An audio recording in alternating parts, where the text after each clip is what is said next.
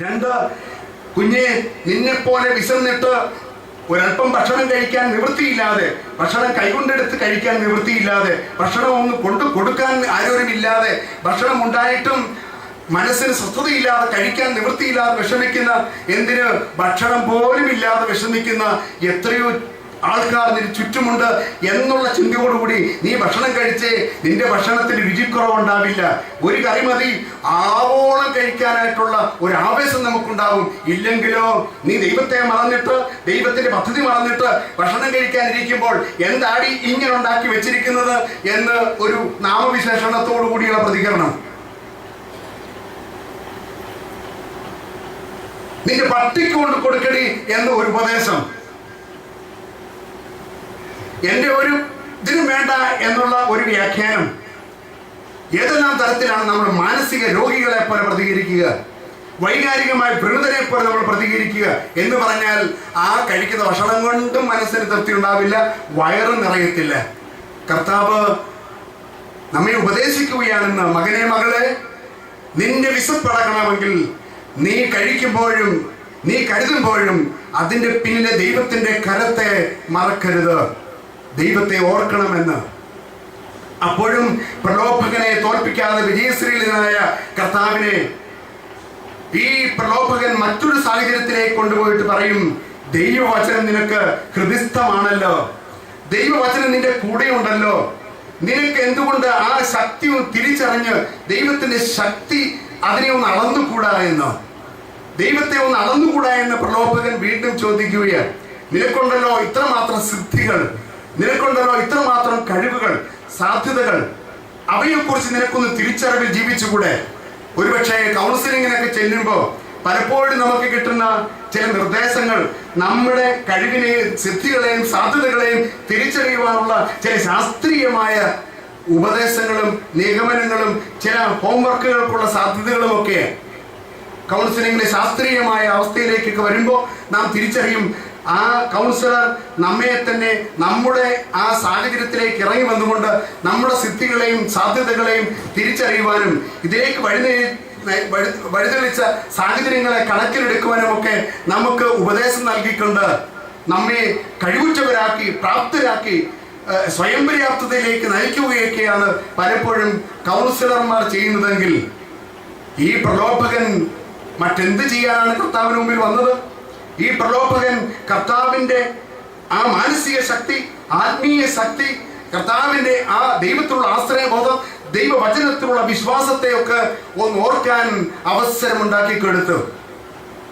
എല്ലാം ശരിയാണ് പറഞ്ഞത്, മാലാഖമാർ താങ്ങിക്കൊള്ളും എന്നുള്ളത് സത്യമാണ്, ദൈവവചനത്തിൽ അങ്ങനെ വെളിപ്പെടുത്തിയിട്ടുണ്ട്. താനും ഒരു തരത്തിലും പ്രലോഭകനെ അക്കാര്യം പറഞ്ഞ് തിരുത്താനാവില്ല എന്നിരിക്കെ കർത്താവ് പറഞ്ഞത് കാര്യം സത്യമാണെങ്കിലും ദൈവത്തെ നീ പരീക്ഷിക്കരുത് എന്നുകൂടെ എഴുതപ്പെട്ടിരിക്കുന്നു.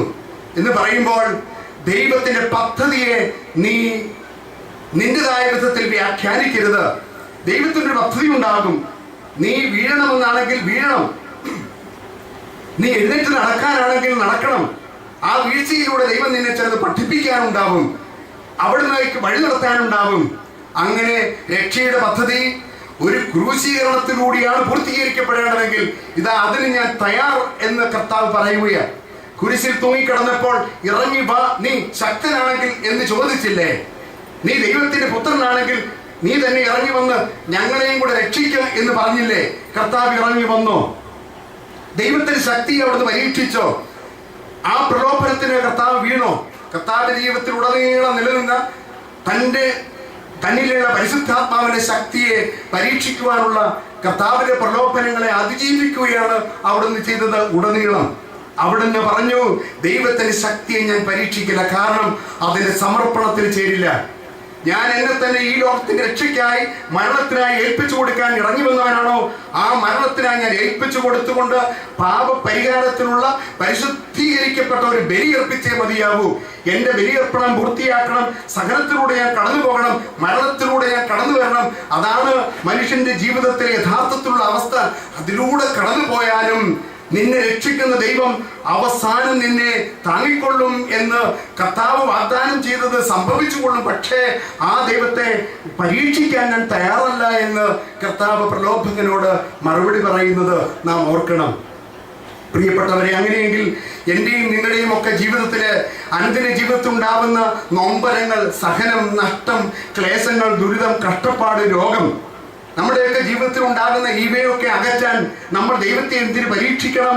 കർത്താവേ, നിനക്ക് ശക്തി ഉണ്ടെങ്കിൽ എന്റെ ഈ പ്രശ്നം ഒന്ന് നീക്കിത്താ എന്ന് പറയാതെ പറയുന്ന ഒരു പ്രാർത്ഥന നമ്മുടെ ഉള്ളിലുണ്ട്.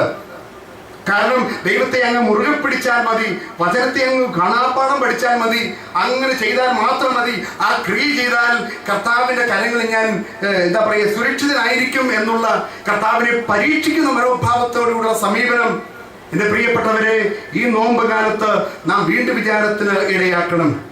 സഹനവും ക്ലേശവും ദുഃഖവും ദുരിതവും കഷ്ടതയും എല്ലാം നമ്മുടെ ജീവിതത്തിൽ സത്യമാണ്. ആരും സത്യമല്ലെന്ന് പറയാറില്ല. മരണത്തിലൂടെ മാത്രമേ എനിക്ക് നിങ്ങൾക്ക് കടന്നു പോകാനുള്ളൂ. ഇതൊക്കെ പറയുമ്പോൾ നമ്മൾ സമ്മതിക്കും. പക്ഷേ നേരിടുമ്പോഴോ, അത് ജീവിതത്തിൽ നമ്മൾ അനുഭവിക്കേണ്ടി വരുമ്പോഴോ, അവിടെയാണ് ദൈവത്തെ പരീക്ഷിക്കുന്ന നമ്മുടെ പ്രലോഭനം, ദൈവത്തിന്റെ ശക്തിയെ ചോദ്യം ചെയ്യുന്ന നമ്മുടെ പ്രതികരണം. പ്രാർത്ഥിച്ചിട്ടും കാര്യമില്ല, ദൈവത്തെ ആശ്രയിച്ചിട്ടും പ്രയോജനമില്ല എന്ന് പ്രതികരിക്കേണ്ട പരാജിതൻ്റെതായ ഒരു പ്രകടനം. ഇതൊക്കെ സത്യമാണ്. രോഗം സത്യമാണ്, പ്രശ്നങ്ങളും പ്രയാസങ്ങളും സത്യമാണ്, ദാരിദ്ര്യ ദുഃഖങ്ങൾ സത്യമാണ്, നഷ്ടങ്ങൾ സത്യമാണ്.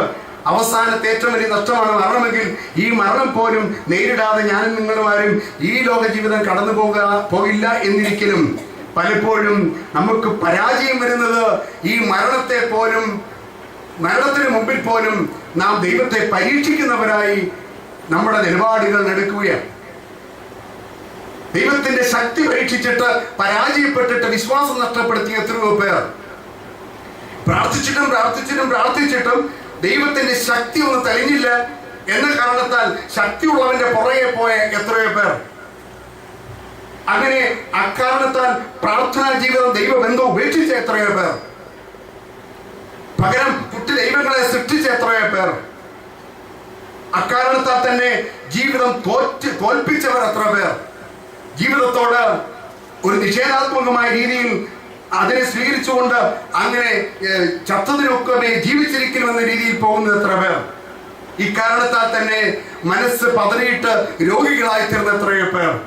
ഇവിടെയൊക്കെ ഒരുപോലെ നാം തിരിച്ചറിയണം, ഈ പ്രലോഭകന്റെ പ്രലോഭനത്തിന് നമ്മളൊക്കെ വസമ്മതരായിരിക്കുകയാണ്, നമ്മളൊക്കെ വീണിരിക്കുകയാണ്.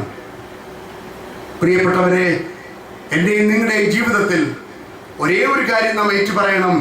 ദൈവമേ, നിന്റെ കൃപയെ ഞാൻ സംശയിക്കില്ല, നിന്റെ സ്നേഹത്തെ ഞാൻ സംശയിക്കില്ല, നിന്റെ കാരുണ്യത്തെ ഞാൻ കൊച്ചാക്കില്ല, നിന്റെ വഴികളെ ഞാൻ മറക്കില്ല, നിന്നെ ചോദ്യം ചെയ്യാൻ ഞാൻ ആളല്ല.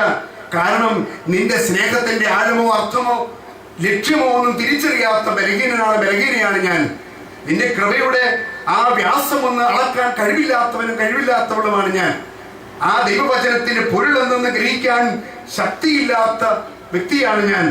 ദൈവമേ, നിന്റെ അപരിമേയമായ ഈ കൃപയെ, സ്നേഹത്തെ, കാരുണ്യത്തെ, പദ്ധതിയെ അല്പം പോലും തിരിച്ചറിയാൻ കഴിവില്ലാത്ത ഈ കടൽ വെള്ളം കൊച്ചു കക്ക കൊണ്ട് കോരി വറ്റിക്കാൻ ശ്രമിക്കുന്ന ബുദ്ധിശൂന്യനായ ഒരു കുഞ്ഞിനെ പോലെ ഞാൻ പലപ്പോഴും പ്രതികരിക്കുമ്പോൾ എൻ്റെ ജീവിതത്തിൽ പിശാച് താണ്ഡവമാടുകയാണ് എന്ന് ഞാൻ തിരിച്ചറിയുന്നില്ലല്ലോ. ദൈവമേ, ഞാൻ തിരിച്ചറിയുന്നില്ലല്ലോ. അവൻ എന്നെ അവന്റെ വഴിയിലൂടെ നടത്തിക്കൊണ്ട് പോവുകയാണല്ലോ എന്ന് തിരിച്ചറിയുവാൻ സാധിക്കുമോ എന്ന് കർത്താവ് ഈ നോമ്പുകാലത്ത് നമ്മോട് ചോദിക്കുകയാണ്. പ്രിയപ്പെട്ടവരെ, വീണ്ടും പ്രലോഭകൻ കർത്താവിനെ മറ്റൊരു സാഹചര്യത്തിലേക്ക് അനയിക്കുകയാണ്. അവിടുത്തെ ആത്മീയമായ ശക്തിയെ പരീക്ഷിക്കാൻ, ആത്മീയമായ നിറവിനെ ചോദ്യം ചെയ്തുകൊണ്ട് കർത്താവ് ഉയർന്ന മലയിലേക്ക് കൊണ്ടുപോയിട്ട് ഇത് മുഴുവൻ ഞാൻ നിനക്ക് തരാം, ഇത് മുഴുവൻ എന്റെ സ്വന്തമാണ് എന്ന് പറയാതെ പറഞ്ഞുകൊണ്ട് പ്രലോഭകൻ പറയുന്നു, ഇത് മുഴുവൻ ഞാൻ നിനക്ക് തരാം. പക്ഷെ ഒരു കാര്യം, നിന്നിലുള്ള പരിശുദ്ധാത്മാവിന്റെ ശക്തിയെ നീ തള്ളിപ്പറയണം, എന്റെ ശക്തിയെ നീ ഏറ്റുപറയണം. ഈ പരിശുദ്ധാത്മാവിന്റെ ശക്തിയെ നീ തമസ്കരിച്ചിട്ട് എന്റെ താണ്ഡവം നിന്നിൽ ആടുവാൻ തക്കവത് നീ എന്നെ അനുവദിച്ചാൽ മാത്രം മതി, ഇത് മുഴുവൻ നിനക്ക് ഞാൻ തരാമെന്ന്. അപ്പോൾ മാത്രമാണ് പ്രിയപ്പെട്ടവരെ, സുവിശേഷം വായിച്ചു വരുമ്പോ എനിക്ക് മനസ്സിലാകുന്നതനുസരിച്ച് കർത്താവ് ഈ പ്രലോഭകൻ സാത്താനാണ് എന്ന് തിരിച്ചറിഞ്ഞത് അപ്പോൾ മാത്രമാണ്. ആദ്യത്തെയോ രണ്ടാമത്തെയോ സന്ദർഭങ്ങളിൽ കർത്താവ് സാത്താനെ എന്ന് വിളിക്കുന്നില്ല.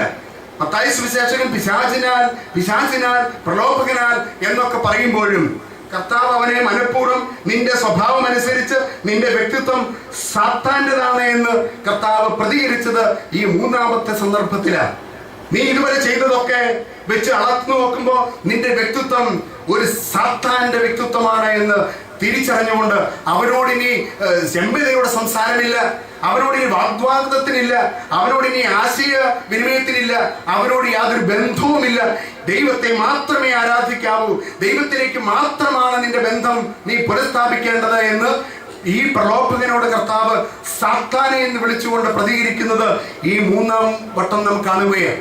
സാത്താന എന്ന് പറയുമ്പോൾ തടസ്സം നിൽക്കുന്നവരെ, ദൈവമാർഗത്തിന് വിഘാതമാകുന്നവരെ, ദൈവം കടന്നു വരുന്നതിൽ, ദൈവം ഇടപെടുന്നതിൽ വിലകുതടിയാകുന്നവരെ എന്ന അർത്ഥത്തിൽ സാത്താനെ നീ ദൂരെ പോകൂ എന്ന് പത്രോസിനോട് കർത്താവ് പറഞ്ഞത് നിന്റെ ചിന്ത മാനുഷികമാണ്, ദൈവികമല്ല എന്ന കാരണത്താൽ ആണെങ്കിൽ ഈ പ്രലോഭകൻ ദൈവിക ചിന്തയല്ല, ഇവൻ വെറും മാനുഷികമായ ചിന്തകളാൽ നയിക്കപ്പെടുന്നവനാണ് എന്നുള്ള തിരിച്ചറിവിൽ പ്രലോഭകൻ ആരുമായിക്കൊള്ളട്ടെ അവനെ സാത്താൻ എന്ന് നാമകരണം ചെയ്ത് അകറ്റി നിർത്തണമെന്ന് കർത്താവ് നമുക്ക് മാതൃക നൽകിക്കൊണ്ട് പഠിപ്പിക്കുകയാണ്. പ്രിയപ്പെട്ടവരെ, ഈ നോമ്പ് കാലത്തിന്റെ അവസാനത്തിലേക്ക് വരുമ്പോൾ നാം എന്താണ് ചിന്തിക്കേണ്ടത്? എൻ്റെ ജീവിതത്തിൽ എൻ്റെ മാതാപിതാക്കളോ, എൻ്റെ ജീവിത പങ്കാളിയോ, എൻ്റെ മക്കളോ, എൻ്റെ സഹോദരങ്ങളോ, എൻ്റെ സുഹൃത്തുക്കളോ, എനിക്കുള്ള സമ്പത്തോ, എൻ്റെ മറ്റ് സാഹചര്യങ്ങളോ, എൻ്റെ അധികാരമോ, എൻ്റെ കഴിവുകളോ, സിദ്ധികളോ എല്ലാം വ്യത്യസ്തമായ വിധത്തിൽ സാത്താനായി കടന്നു വരികയാണ്. എൻ്റെ ജീവിതത്തിൽ ചില ആശയങ്ങളാവാം, ചില സന്ദേശങ്ങളാവാം, ഞാൻ വെച്ചു പുലർത്തുന്ന ചില ആദർശങ്ങളാവാം, ഞാൻ മനസ്സിൽ ഉറപ്പിച്ചു പോയ മാറ്റാനാവാത്ത ചില ചിന്താഗതികളാവാം. ഇതൊക്കെ പ്രലോഭകൻ സാത്താൻ വ്യത്യസ്തമായ രൂപത്തിലും ഭാവത്തിലും കടന്നു വരികയാണ് എന്ന് ഓർമ്മിപ്പിക്കുകയാണ്. ഈ നോമ്പ് കാലത്തിന്റെ അവസാന ഭാഗത്തേക്ക് കടന്നു വരുമ്പോൾ കർത്താവ് നമ്മെ ഓരോരുത്തരെയും, സാത്താനെ, നീ ദൈവത്തെ അറിയുന്നില്ല, ദൈവത്തിന്റെ സ്നേഹം അറിയുന്നില്ല, ദൈവത്തിന്റെ പദ്ധതി നീ മറന്നു, അതിനാൽ ദൈവത്തോടുള്ള എന്റെ സജീവ ബന്ധം ഒരിക്കലും നഷ്ടപ്പെട്ടു പോകാൻ ഒരു കാരണത്താൽ ഞാൻ അനുവദിക്കില്ല എന്ന് കർത്താവ് ഈ പ്രലോഭകനോട് പറഞ്ഞത് എത്രയോ ശക്തിയുള്ള വാക്കുകളില, എത്രയോ വ്യക്തതയുള്ള ഭാഷയില, എത്രയോ ആഴമുള്ള ബോധ്യത്തില, എത്രയോ ചങ്കുറപ്പില എന്ന് പറഞ്ഞാൽ ആ ഒറ്റ പ്രതികരണം മാത്രം മതി കർത്താവ് ആരാ നയിക്കപ്പെടുന്നവനാണെന്നറിയാൻ, കർത്താവ് ആരാണ് എന്നറിയാൻ, കർത്താവ് ആരോട് കൂടിയാണ് എന്നറിയാൻ. ആ ഒരൊറ്റ പ്രതികരണം മാത്രം ശ്രദ്ധിച്ചാൽ മതി. സാത്താനെ, നീ ദൂരെ പോകൂ, ദൈവത്തെ മാത്രമേ ആരാധിക്കാവൂ എന്ന് കർത്താവ് അവനെ ഒരു പ്രസ്താവന കൊണ്ട് ബോധ്യപ്പെടുത്തി. കർത്താവ് തന്റെ നിലപാട് അവനെ വ്യക്തമാക്കി. അപ്പോഴാണ് സാത്താൻ ഇട്ടുപോകുന്നതും മാലാഖമാർ കർത്താവിനെ ഏറ്റെടുക്കാൻ കടന്നു വരുന്നതും.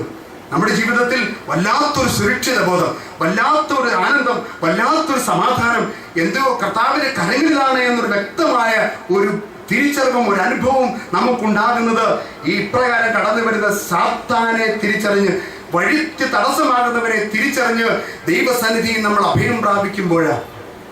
പ്രിയപ്പെട്ടവരെ, വിശുദ്ധാത്മാക്കളൊക്കെയും നമുക്ക് നൽകുന്ന ജീവിത മാതൃക മറ്റൊന്നല്ല. കർത്താവിനെ പിന്തുടർന്ന് വിശുദ്ധരൊക്കെയും തങ്ങളുടെ ജീവിതത്തിൽ ഇപ്രകാരം ഈ ലോകത്തിലൊക്കെയും, ഈ ലോകത്തിലെ സ്വത്തുക്കളെ, സ്വന്തമായവരെ ഒക്കെയും വെറുത്തുപേക്ഷിച്ചിട്ട്, മാറ്റി നിർത്തിയിട്ട്, അതിനോടുള്ള ബന്ധങ്ങളെ ഒക്കെയും മാറ്റിവെച്ചിട്ട് ദൈവത്തോടുള്ള സജീവമായ ബന്ധം പ്രഖ്യാപിച്ചതിലൂടെ ഞാൻ അങ്ങയുടേതാണ് എന്ന് ഉച്ചൈസ്തരം വിളിച്ചു പറഞ്ഞവരാണ് വിശുദ്ധാത്മാക്കൾ. നമുക്ക് മുമ്പേ കടന്നുപോയ മഹത്തുക്കളായ വിശ്വാസികളൊക്കെയും നമ്മെ ബോധ്യപ്പെടുത്തുന്ന സത്യം ഇതാണ്: ദൈവത്തോട് ചേർന്നിരുന്നാൽ മാത്രമേ എനിക്ക് യഥാർത്ഥത്തിൽ ഒരു ജീവനുള്ളൂ, ഞാൻ യഥാർത്ഥത്തിൽ സുരക്ഷിതനാകൂ, എനിക്ക് യഥാർത്ഥത്തിൽ സമാധാനം ഉണ്ടാകൂ എന്നത്രയും. അതുകൊണ്ട് യാക്കോബ് ശ്ലീഹ നമ്മെ ഓർമ്മിപ്പിക്കും, നിങ്ങൾ ദൈവത്തോട് ചേർന്ന് നിൽക്കുവിൻ, അവിടുന്ന് നിങ്ങളോടും ചേർന്ന് നിൽക്കുന്നതിന് അനുഭവം ഉണ്ടാകും. ദൈവത്തോട് ചേർന്ന് നിൽക്കാതെ അവിടുന്ന് എന്നോട് ചേർന്ന് നിൽക്കണം എന്ന് ഞാൻ ബാലിശമായി പിടിവാശി വെച്ചാൽ ഒരു വിഡ്ഢി സ്വപ്നം കാണുന്നത് പോലെയുള്ള അനുഭവമായിരിക്കും എനിക്കും നിങ്ങൾക്കും. ഫലമോ അങ്ങേയറ്റം നിരാശയും നഷ്ടബോധവും ദുഃഖവും. ഒരു നിമിഷം നമുക്കെല്ലാവർക്കും എഴുന്നേറ്റ് നിന്നുകൊണ്ട്, കർത്താവേ, ഞാൻ അങ്ങയോട് കൂടിയാണോ എന്ന് ആലോചിക്കുവാൻ ദൈവസന്നിധി നമുക്ക് ആഗ്രഹിക്കാം.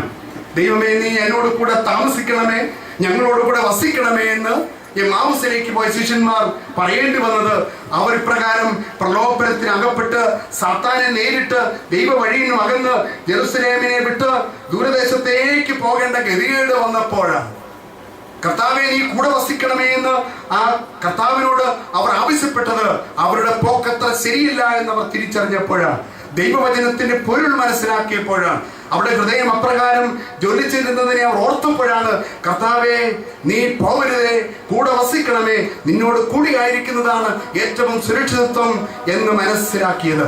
പ്രിയപ്പെട്ടവരെ, കണ്ണുകൾ അടച്ച് നമ്മുടെ ചിന്തകൾ കൊണ്ട് ഒരുപക്ഷെ നമ്മുടെ മാതാപിതാക്കളെ കൂട്ടുനിർത്താൻ വേണ്ടി, നമ്മുടെ ജീവിത പങ്കാളിയെ കൂടെ താമസിപ്പിക്കാൻ വേണ്ടി, നമ്മുടെ മക്കളെ നമ്മോട് ചേർന്ന് നിൽക്കാൻ വേണ്ടി, നമ്മുടെ സുഹൃത്തുക്കൾ കൈമോശപ്പെടാതിരിക്കാൻ വേണ്ടി, നമ്മൾ നേടിയ സമ്പത്തോ അല്ലെങ്കിൽ മറ്റ് ഭൗതികമായവയോ നഷ്ടപ്പെട്ടു പോകാതിരിക്കാൻ വേണ്ടി, നമ്മൾ ഉയർത്തിപ്പിടിച്ചിരിക്കുന്ന ആദർശം എപ്പോഴും ഉയർത്തിപ്പിടിച്ച് തന്നെ നിൽക്കുവാൻ വേണ്ടി, ഈ ലോകത്തിന്റെ നമ്മുടെ ചില വഴികൾ, ചില ദൗർബല്യങ്ങൾ, ചില തഴക്കങ്ങൾ നമ്മോട് കൂടെ നിർത്താൻ വേണ്ടി, അങ്ങനെ ഈ ലോകത്തിൻ്റെതായ പ്രലോഭനങ്ങളെ വശംവദനായി സാത്താനെ കൂടെ നിർത്താനുള്ള നമ്മുടേതായ ദൗർബല്യം നിറഞ്ഞ പ്രലോഭനങ്ങൾ, പ്രവണതകൾ, അതുമൂലം കർത്താവ് നമ്മോട് കൂടെ താമസിക്കാനാവാതെ അകന്നു നിൽക്കുകയല്ലേ? കർത്താവ് കൂടെയില്ല എന്നുള്ള തിരിച്ചറിവ് നമുക്കുണ്ടാവുകയല്ലേ? ഇപ്പോഴും നമ്മുടെ വിശപ്പ് മാറാതെ, നമ്മുടെ ദാഹം തീരാതെ, നമ്മുടെ വേദനകൾക്ക് അറിയില്ലാതെ നാം ഇപ്പോഴും നെട്ടോട്ടം ഓടുകയല്ലേ? കർത്താവെ, അങ്ങ് കൂടെ വസിക്കണമേ എന്ന് യാചിക്കുമ്പോൾ കൂടെ വസിക്കാൻ തക്ക വിധം ഇതാ ഞങ്ങളുടെ വാതിലുകൾ തുറന്നു തന്നിരിക്കുന്നു, ഞങ്ങളുടെ ഹൃദയം ഇതാ തുറന്നു തന്നിരിക്കുന്നു, ഞങ്ങളെ മുഴുവനായി സമർപ്പിച്ചിരിക്കുന്നു, ഇതാ ഞങ്ങൾ വിശ്വാസം പറഞ്ഞിരിക്കുന്നു, അങ്ങേ മാത്രമേ ആരാധിക്കാവൂ എന്ന് സമ്മതിച്ചിരിക്കുന്നുവെന്ന് ഹൃദയം കൊണ്ട് നമ്മൾ സമ്മതിക്കുമോ, ഏറ്റു പറയുമോ? അതാകും നമ്മുടെ ഇന്നത്തെ പ്രാർത്ഥന. ദൈവമേ, കടന്നു വന്ന് ഞങ്ങളോട് കൂടെ വസിക്കണമേ, ഞങ്ങളുടെ ഹൃദയങ്ങളെ പ്രോജ്വലിപ്പിക്കണമേ. അങ്ങ് മാത്രമാണ് ഞങ്ങളുടെ വഴിയെന്നും സത്യമെന്നും ഞങ്ങൾക്കുള്ള ജീവനെന്നുമുള്ള ബോധ്യം ഞങ്ങളിൽ ആഴപ്പെടുത്തണമേ. അങ്ങനെ വിശുദ്ധാത്മാക്കളോട് പങ്കുചേരുവാൻ, ഞങ്ങളുടെ ഹൃദയത്തെ ചേർത്ത് വെക്കുവാൻ തക്ക വിധം ഞങ്ങളെ ഒന്ന് സഹായിക്കണമേ. പരിശുദ്ധാത്മാവിനെ ഞങ്ങളെ അനുഗ്രഹിക്കണമേ എന്ന് നമുക്ക് ഹൃദയം നുറങ്ങി കർത്താവിനോട് കരങ്ങൾ ഉയർത്തി പ്രാർത്ഥിക്കാം. കൂടെ വസിക്കണേ, പോകരുതേ, കൂട്ടുവേണം നിന്റെ സ്നേഹബലം. കൂടെ വസിക്കണേ, പോകരുതേ, കൂട്ടുവേണം നിന്റെ സ്നേഹബലം.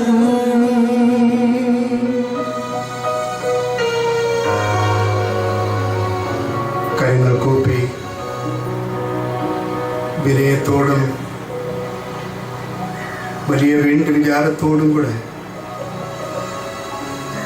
ഹൃദയത്തോട് മന്ത്രിക്കും പോലെ അഗാധമായ നിശബ്ദതയും ഹൃദയം അറിയുന്നവനായ നാഥനോട് നമ്മുടെ ഹൃദയമിടിപ്പുകളെ പങ്കുവെക്കാം. നമ്മുടെ അവസ്ഥയെ കർത്താവിനോട് ഒന്ന് ഓർമ്മിപ്പിക്കാം.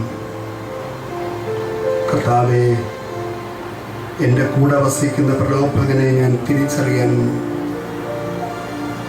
എനിക്ക് വഴിക്ക് തടസ്സമായി നിൽക്കുന്നവനെ ഞാൻ തിരിച്ചറിയാൻ വൈകിപ്പോകുന്നു. അവനെ തിരിച്ചറിയാൻ, അവൻ്റെ വേഷവിധാനങ്ങളെ തിരിച്ചറിയാൻ, അവൻ്റെ സുന്ദരമായ വാക്കുകളെ തിരിച്ചറിയാൻ, അനുനയിപ്പിക്കുന്നവന്റെ വഴികളെ മനസ്സിലാക്കാൻ, അവന്റെ സൂത്രങ്ങളെ ഒന്ന് ബോധ്യപ്പെടാൻ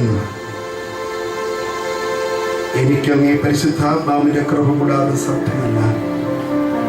അങ്ങേ പരിശുദ്ധാത്മാവിന്റെ തിരിച്ചറിവ് കൂടാതെ സാധ്യമല്ല.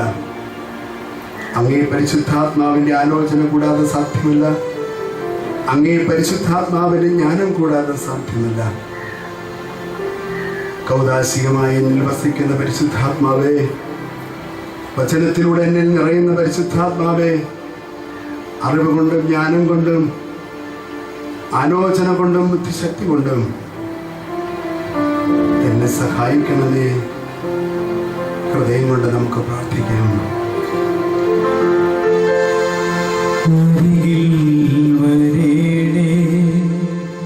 സദയം തൊടേണേ സുഖമായിടും എൻ്റെ ഉള്ളം. അരികിൽ വരേണേ, സദയം തൊടേണേ, സുഖമായിടും എൻ്റെ ഉള്ളം. സ്നേഹം ത്യാഗമെന്നോദി കുരിശിൽ മരിച്ചൊരു നാഥാ. സ്നേഹം ത്യാഗമെന്നോദി കുരിശിൽ മരിച്ചൊരു നാഥാ. അരികിൽ വരേണേ, സദയം തൊടേണേ, സുഖമായിടും എൻ്റെ ഉള്ളം. അരികിൽ വരേണേ, സദയം തൊടേണേ, സുഖമായിടും എൻ്റെ ഉള്ളം.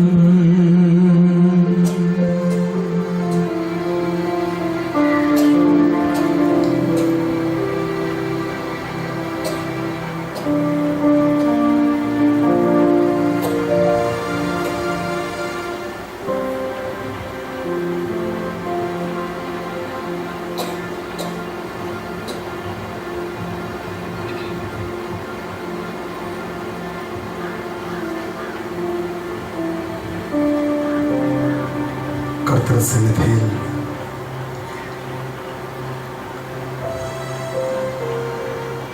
തുടർന്നും നമുക്ക് പ്രാർത്ഥിക്കുന്നു.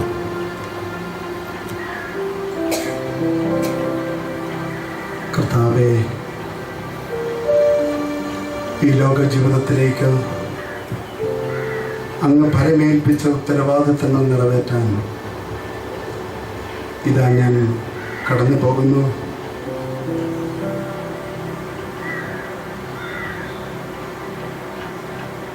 അങ്ങ് ഞങ്ങളോട് കൂടെ വസിച്ച് അങ്ങേ വചനം ഞങ്ങളുടെ ഹൃദയത്തിൽ ഓർമ്മിപ്പിച്ച് ആ വചനത്തിലൂടെ അങ്ങയുടെ സാന്നിധ്യവും സ്നേഹവും ഞങ്ങളെ അനുഭവവേദ്യമാക്കി ജെറുസലേമിലേക്ക് തിരിച്ചു പോകാൻ, സഹനത്തിനർത്ഥം കണ്ടെത്താൻ, മരണത്തിലൂടെ ജീവൻ സ്വന്തമാക്കാൻ അങ്ങയുടെ അരുമശിഷ്യന്മാരെ ബലപ്പെടുത്തിയതുപോലെ ഞങ്ങളുടെ അനുദിന ജീവിതമാകുന്ന ജെറുസലേമിലേക്ക്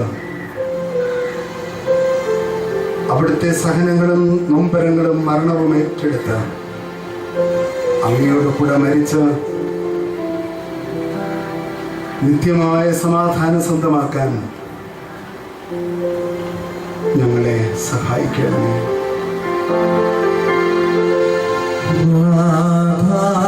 കൂടെ വസിക്കണമേ,